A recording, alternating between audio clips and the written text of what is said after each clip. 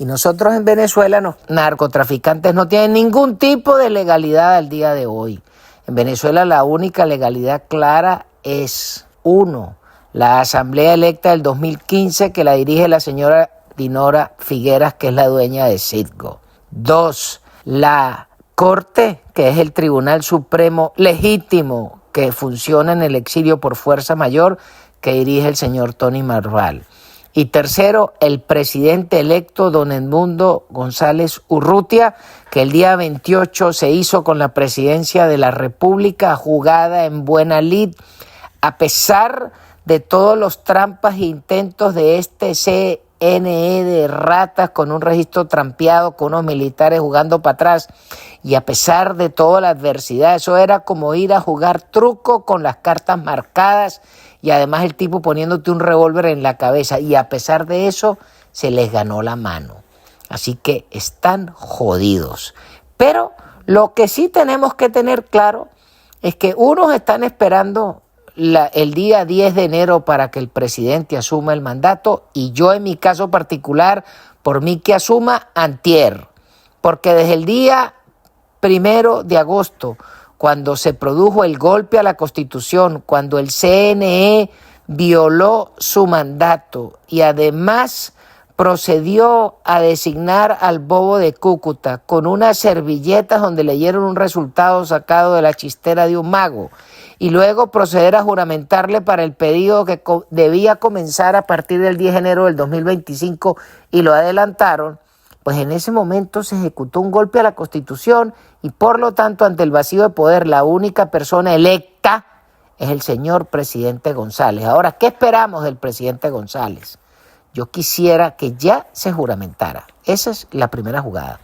La segunda es que es importante que el presidente designe su gabinete y si están afuera que comiencen a actuar. Pero también es interesante que el presidente llame al Banco de Inglaterra y pida cuentas por el oro que está allá. ¿Por qué? Bueno, muy sencillo. Tiene que decir a las autoridades inglesas: yo soy el electo y a partir de hoy necesito disponer de ese dinero para comprarle comida, medicinas a los venezolanos y además pagar y financiar una fuerza de tarea para la retoma del país. Pero si los tipos los ingleses te dicen que no, bueno, pero por lo menos que publique. Llamé al Banco de Inglaterra y el señor Nigel Smith me dijo que no me iba a parar bolas, y eso hay que denunciarlo, porque entonces los ingleses, una cosa es que no le respondan al bigotón y otra cosa es que tienen que responderle al presidente. Pero además de eso, el presidente tiene que decirle a los ingleses: mire, el abogado o el economista o el señor Pedro Pérez es enviado mío y necesito que vaya a ponerse de acuerdo con ustedes porque necesito una línea de crédito para reflotar esta vaina, para pagar los empleados, para pagar los doctores, lo que sea, pero el presidente tiene que prepararse para mandar. Pero también el presidente tiene que agarrar y llamar al Departamento de Estado y apretar, y tiene que llamar a la OEA y apretar, y tiene que llamar al portugués de la ONU y apretar, y así por el estilo en todas partes. Tiene que empezar a llamar a establecer lo que va a ser su gobierno. No tiene que esperar al 10 de enero. Y ese cuentico peorro que tienen: ay, es que no pueden develar la estrategia. ¿Qué coño es? Primero era porque teníamos que ganar, pero ya ganó y estamos en la fase de cobranza. Y la fase de cobranza es que tiene que ponerse a mandar. No puede ser que una cosa es que el presidente esté cuidando sus espaldas porque no le puede dar papaya a estos sarnosos, y otra cosa es que tiene que actuar como presidente porque para eso tiene un mandato claro de cerca de 8 millones de venezolanos que valientemente se expresaron en las urnas el día 28 de julio, pero además de eso tiene que proceder a cumplirle a los más de 8 millones de venezolanos que ya votamos cuando nos fuimos y estamos confiando en que él conduzca el juego. Pero además es importante que el presidente trate de establecer un contacto con el único tipo que hasta el día de hoy ha dicho que antes del 10 de enero él es capaz de ir a resolver el tema y adelantarle la jugada al presidente. Presidente, no se ponga a esperar por nadie. agarre y muévase, mueva ficha. El señor Prince agarró claramente y le dijo, yo voy es por la recompensa que está pagando la OFAC y el Departamento del Tesoro. Bueno, ¿y qué va a esperar? ¿Va a esperar el cuento del gallo pelón? ¿Va a esperar a que la rana eche pelos? No, agarre, trate de hablar con el señor Prince y dígale, échele bolas, amigo Eric, que cuento con usted y los venezolanos contamos con usted. Ese sujeto probablemente tiene cuadrada la plata, la gente, el procedimiento, los chochecos y además cómo se va a cobrar. Y por supuesto debe tener la aprobación del Pentágono y de la CIA, porque olvídese, ese carajo, el huevón lo dejó por allá en Michigan hace mucho tiempo, y si ese carajo se mueve es porque tiene luz verde para hacerlo. ¿Y por qué nosotros no le vamos a dar luz verde? Bueno, eso es lo que los venezolanos estamos esperando del presidente González, que llame a los que son, que llame a la señora Dinora Figuera y le pida cuentas de Citgo, que llame a Horacio Medina y le diga, mira Horacio, necesito una partida de 20, 30, 50 millones de dólares para darle un anticipo al señor Prince.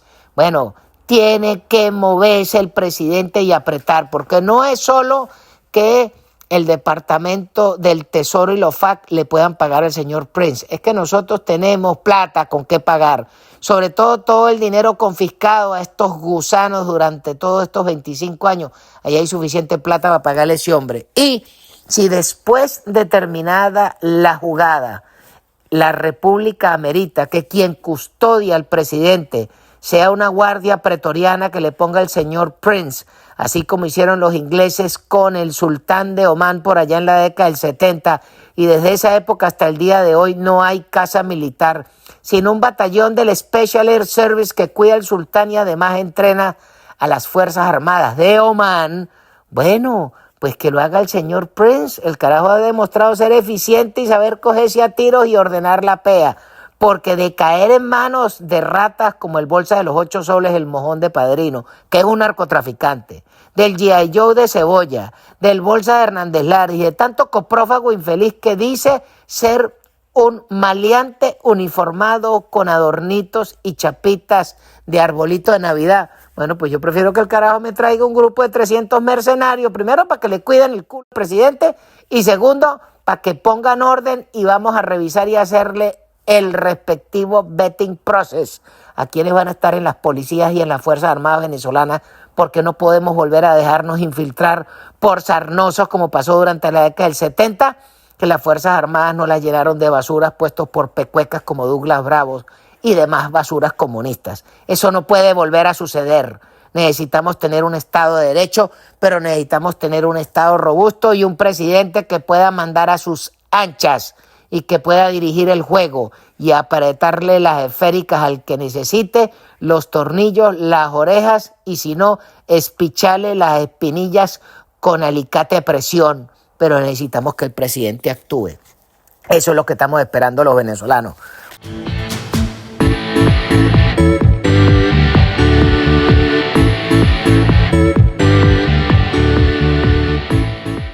Trompa al que quiera, trompa a todo el mundo, trompa a todo el mundo, trompa al que quiera.